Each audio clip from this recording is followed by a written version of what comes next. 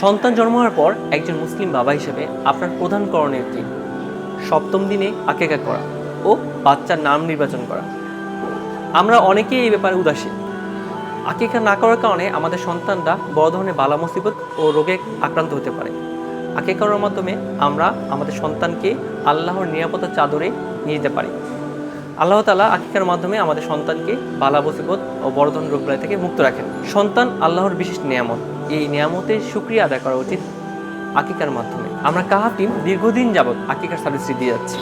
আকিকার জন্য উপযুক্ত পশু নির্বাচন করা, হালালভাবে জবাই করা, কাটাকাটি করা এবং আপনার বাসা পর্যন্ত পৌঁছে দেওয়ার দায়িত্ব পুরোটাই নিচ্ছে কাহাফ টিম। আকিকার সকল কাজের ওয়ান স্টপ সলিউশন পাচ্ছেন আমাদের কাহাফে। আল্লাহর কাছে কৃতজ্ঞতা শুধু নিজের জন্য নয়, সবার জন্য। আকিকার ভালোবাসা পৌঁছে যাক প্রতিটি ঘরে। শুরু হোক জীবনের স্পন্দন আল্লাহর নিরাপত্তার চাদরে।